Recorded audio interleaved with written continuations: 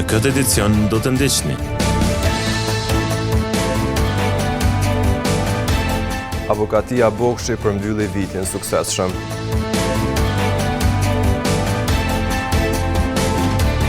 Shëndeti, punësimi dhe stabiliteti ekonomik prioritetet e qytetarëve gjatë 2026.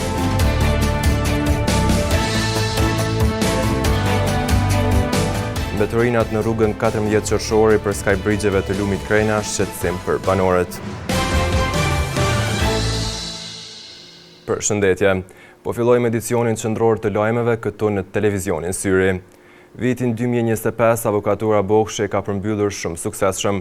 Krahas trajtimit të secilës lëndë me prioritet, këtë vit Gjykata Kushtetuese e Republikës së Kosovës ka vendosur me aktgjykim për 30 kërkesa individuale. E nga ky numër 9 kërkesa janë të përgatitura dhe të përfaqësuara nga shoqëria e avokatëve Avokatura Bokshi.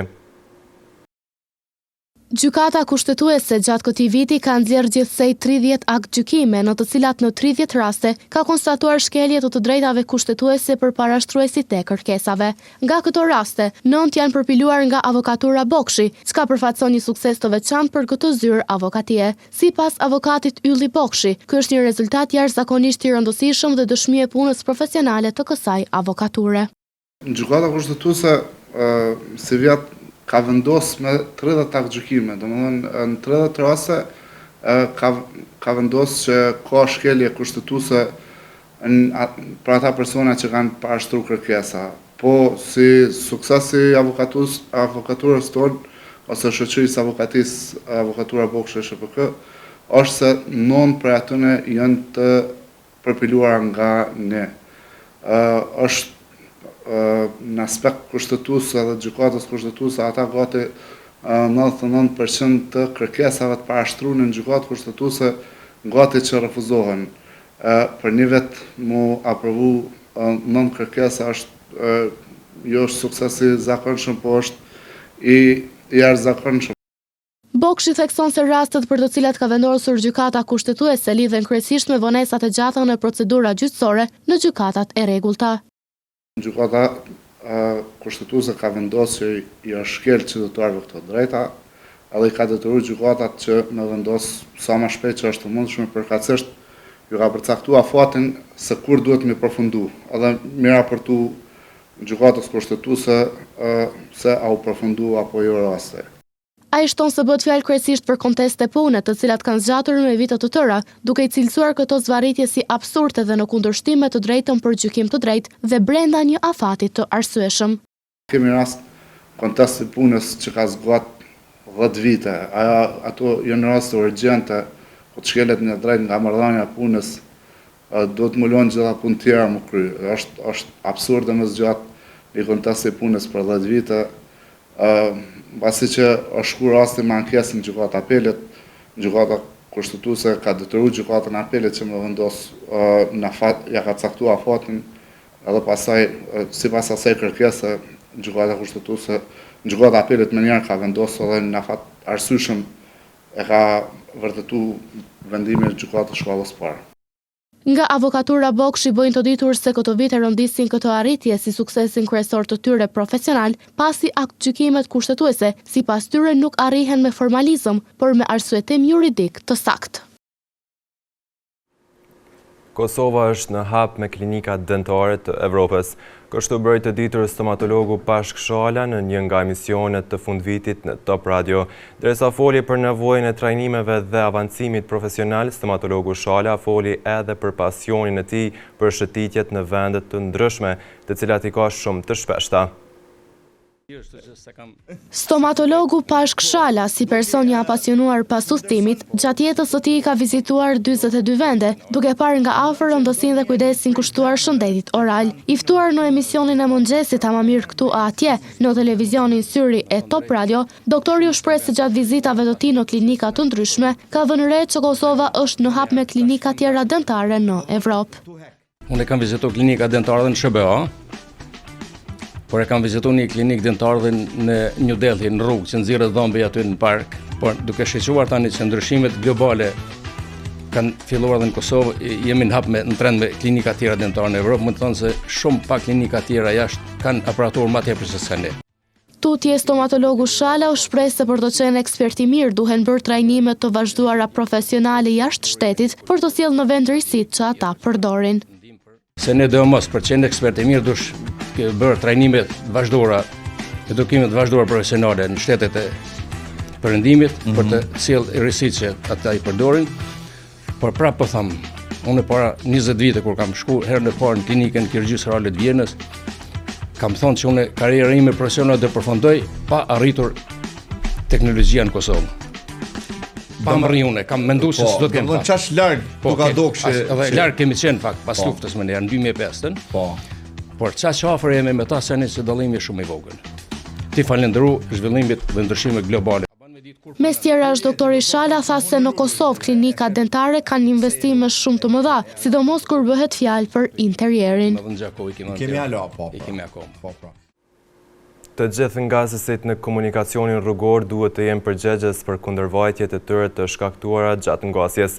Eksperti Nol Dedaj në një lidhje virtuale me mediumin ton vuri theksin edhe tek konfiskimi i patent shoferit nëse ky proces realizohet gjithmonë në formën më të mirë të mundshme. Të gjithë ngasësit në komunikacionin rrugor duhet të jenë shumë të kujdesshëm gjatë ngasjes së automjetit. Ekzistojnë faktorë të shumë që ngasësi mund të humbë përqendrimin në komunikacion apo edhe të rrisë shpejtësinë, por edhe në këtë çështje ka zgjidhje nëse ne duam. Kështu u bëri të ditur eksperti i komunikacionit Nol Dedaj në një lidhje online. Njeri mundet më deviju, psikisht, mund të më koni lodhën, mundet më koni ndikimin e alkoolit, narkotikëve, elementeve tjera që ndikojnë drejt për drejt në zhvillimin e shpejtësisë, ose drejt për drejt në humbjen e përqendrimit në komunikacion të lodhja të këto gjëra të tjera. Atëherë, pse më na nuk e morëm një shembull të Amerikës edhe më thonë, hajde ti krijojmë institucione të përkatëse që ai lloj drejtuesi i automjetit, që nuk hyn për shembull e tërkalon shpejtësinë, me dërgu një institucion mi tregu se çfarë rreziqi na bën shpejtësia. Profesori Dedaj gjithashtu vuri theksin edhe tek konfiskimi i patent shoferit nga ana zyrtarëve policor, por në këtë pikë kishte edhe dyshimet e veta nëse ky proces realizohet në përputhje me rregullin gjithmonë. Në qoftë se ju dënon një policional, ju kam ju thonë kam ta cetur njenin, kam ta marr patent shoferit se nuk është punë e tina, edhe më ta konfisku, edhe më thonë se tu konfiskohet patent shoferit për 3 vjet. Më fal. Në qoftë se një polic, pavarësisht për nivelit shkollor, ai duhet me pas një përshkrim punës. Në qoftë se rrehin një njeri në komunikacion, edhe shkon në inspektoriat. Në inspektoriat. Më fal, po në qoftë se ja merr dikuj patent shoferit, e nështë a ka shumë të rëndësishëm, edhe ai njeri ja merr patent shoferit, asnjë polic nuk shkon në inspektoriat. Pse e ka marrë? Pse ka lut rolin e gjyqtarit në rrugë? Si e ka lut? Nëse na do na mund shumë kompetenca të një policit, të trafikut, atër ne i thojmë, në rregull, ti je mbikëqyrës i sigurisë në komunikacion. Konfiskohet patent shoferi, edhe dërgohet në gjykat. Gjyqtari është ai që e jep verdiktin e cakton pastaj sanksionet për patent shofer. Pse on gjyqtar e ka një nivel të arsimit, e ka një kompetencë të konfiskimit edhe të përcaktimit, domethënë me ligj, i cakton nëna. Nuk ka marrë një komision për vendime për me pas ajo. Sa unë i kam pas aksidente të tilla që i kam shku në gjykatën administrative e kem fituar rastin.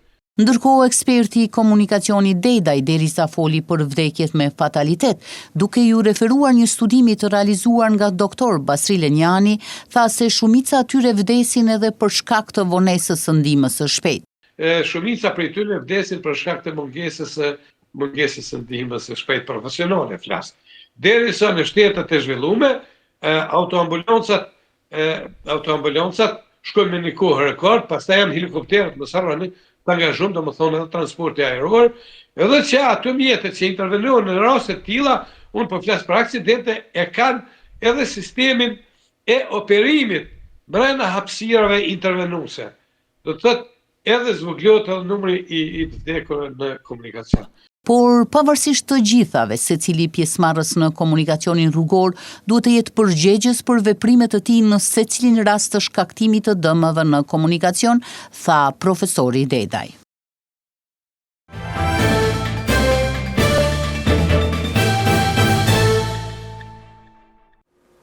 Secila fest ka veçantinë e saj, por festa vitit të ri natyrshëm shoqërohet edhe me listimin e prioriteteve që secili person dëshiron t'i bëjë në vitin 2026. Disa nga qytetarët e intervistuar sot kanë pritje të shumtë për të cilat do të angazhohen fort në realizimin e tyre. Me nisjen e vitit të ri kalendarek, qytetarët kanë listuar edhe prioritetet dhe dëshirat që synojnë t'i bëjnë në vitin 2026. Disa prej tyre sot pohuan se me fillimin e këtij viti presim më shumë ndryshime në planet profesionale dhe personale. Shumica atyre theksojnë se shëndeti, punësimi dhe stabiliteti ekonomik mbeten prioritetet kryesore. Synimi i joni është mas pore është zhvillim ekonomik, në arsim, sa ma shumë, edhe në shëndetësi, edhe disa sene që janë mangëta, janë disa që për shembull duhet me shku ka ajo që sa ma shumë me zhvillu ekonominë, sa ma shumë me pas në eksport se sa import. Atëherë jemi shtet funksional. Unë besoj që ka më konë me këtë qeverisin e Kurtit kanë më shku punë shumë ma mirë.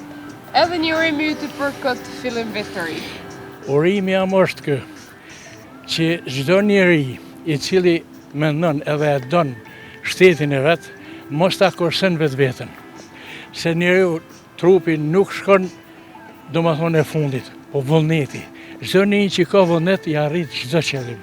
Me pas shëndet, pastaj vijnë tanat me radhë, synimi me pas punë, me pas familjen mirë, që kjo është. Në fund, qytetarët prapa kamerave shprehen se viti 2026 do të jetë një vit më i mirë, me më shumë mundësi dhe më pak sfida, duke uruar që pritjet dhe synimet e tyre të realizohen. Në rrugën 14 qershori në Gjakov, qytetarët prapa kamerës së syrit janë ankuar për mbetërina të shumta që kanë kapluar zonën e më së shumti në hapësirën për skajlumit Krajna. Është ndruar në një deponi të hapur mbetërinash, ky imazh flet për një pakujdesi kolektive të ruajtjes dhe kujdesit ndaj ambientit. Në lumin Krena, në afërsi të rrugës 14 qershori, gjendja mjedisore vazhdon të jetë alarmante. Mbeturina të shumta kanë kapluar pothuajse gjithë shtratin e lumit, duke ushtrirë si në ujë ashtu edhe përgjatë brigjeve të lumit. Plastika, qeset najloni, shishet, mbetjet inerte dhe materiale tjera të hedhura pa kriter ka indikuar që pamja e këtij segmenti të lumit të jetë teje të shëmtuar dhe shqetësuese për banorët e zonës. Sasitë më dha të mbeturinave në ujë, jo vetëm që dëmtojnë pamjen vizuale të lumit, por të njëjtat paraqesin edhe rrezik serioz për ndotjen e ujit dhe ekosistemin përreth. Kjo situaci për skaj brigjeve të lumit e gjithsesi edhe në disa pjesë të rrugës 14 qershori, ku mbeturinat janë kudo edhe në përshkure dhe pemë, dëshmojnë për mungesë të kujdesit dhe përgjegjësisë qytetare. Për shkak të kësaj gjendjeje, ky segment i lumit po merr pamjen e një deponie të hapur të mbeturinave të ndryshme. Banorët shprehen të shqetësuar për ndotjen e vazhdueshme, pasi përveç dëmtimit të mjedisit, kjo situatë mund të sjellë edhe rrezik për shëndetin publik, sidomos gjatë synëve më të ngrohta, kur shtohet prania e insekteve dhe aroma e rëndë. Probleme me mbeturinat kanë edhe banorët e rrugës Muhamet Ukshini, kuti kartoni, qese mbeturina, shishe plastike e madje edhe ushqime të hedhura në tokë të shes syri në këtë zonë, duke shkaktuar kështu një pamje as pak të mirë për ambientin. As pak e hishme nuk vlerësohet të jetë pamja e rrugës Muhamet Ukshini. Nga një burim i dërguar nga qytetarët, komuniteti i pakujdesshëm shihet duke djegur mbeturinat që gjenden në hapësirën e gjelbërt pranë kësaj rruge, duke shkaktuar kështu një pamje të shëmtuar, e duke ndodhur si mjedisin ashtu edhe shëndetin e banorëve të zonës. Sipas informatave, kjo dukuri ndodh shpesh në këtë pjesë të qytetit, duke shkaktuar dëme të konsiderueshme për mjedisin. E përveç kësaj, kontejnerët janë të stërmbushur dhe tashmë qytetarët zgjidhjen për mbeturina e kanë gjetur duke i hedhur ato në tokë. Kuti kartoni, qese mbeturinash, shishe plastike e madje edhe ushqime të hedhura në tokë janë ato që bien në sy pranë grumbullit të mbeturinave. Ajo që ka vlerësot shqetësuese është që përpos pjesës së barit ku gjenden mbeturinat në tokë, të njëjtat vihen re dhe përgjatë trotuarit të rrugës Muhamet Ukshini. Këto mbeturina të shumta, përveç se shkaktojnë ndotjen e ambientit në masë të madhe, të njëjtat nëse vazhdohet kështu, mund të sjellin dëme edhe në shëndetin e komunitetit. Në vazhdim të ndjekim parashikimin e motit për ditët në vije.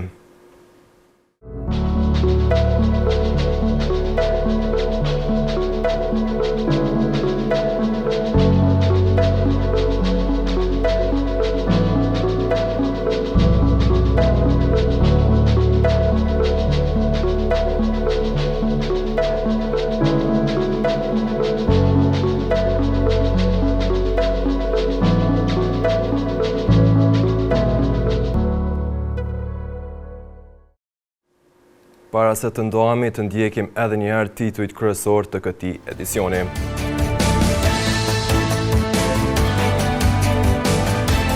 Avokatia Bokshi përmbylli vitin suksesshëm.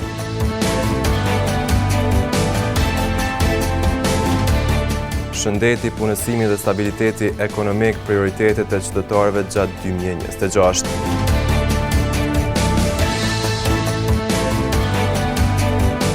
Mbeturinat në rrugën 14 qershori për skaj brigjeve të lumit Krejna, shqetësim për banorët. Këtu merr fund ky edicion qendror i lajmeve. Ju mund të vazhdoni të na ndiqni në televizionin Syri si dhe në rrjetet tona sociale. Mirupafshim.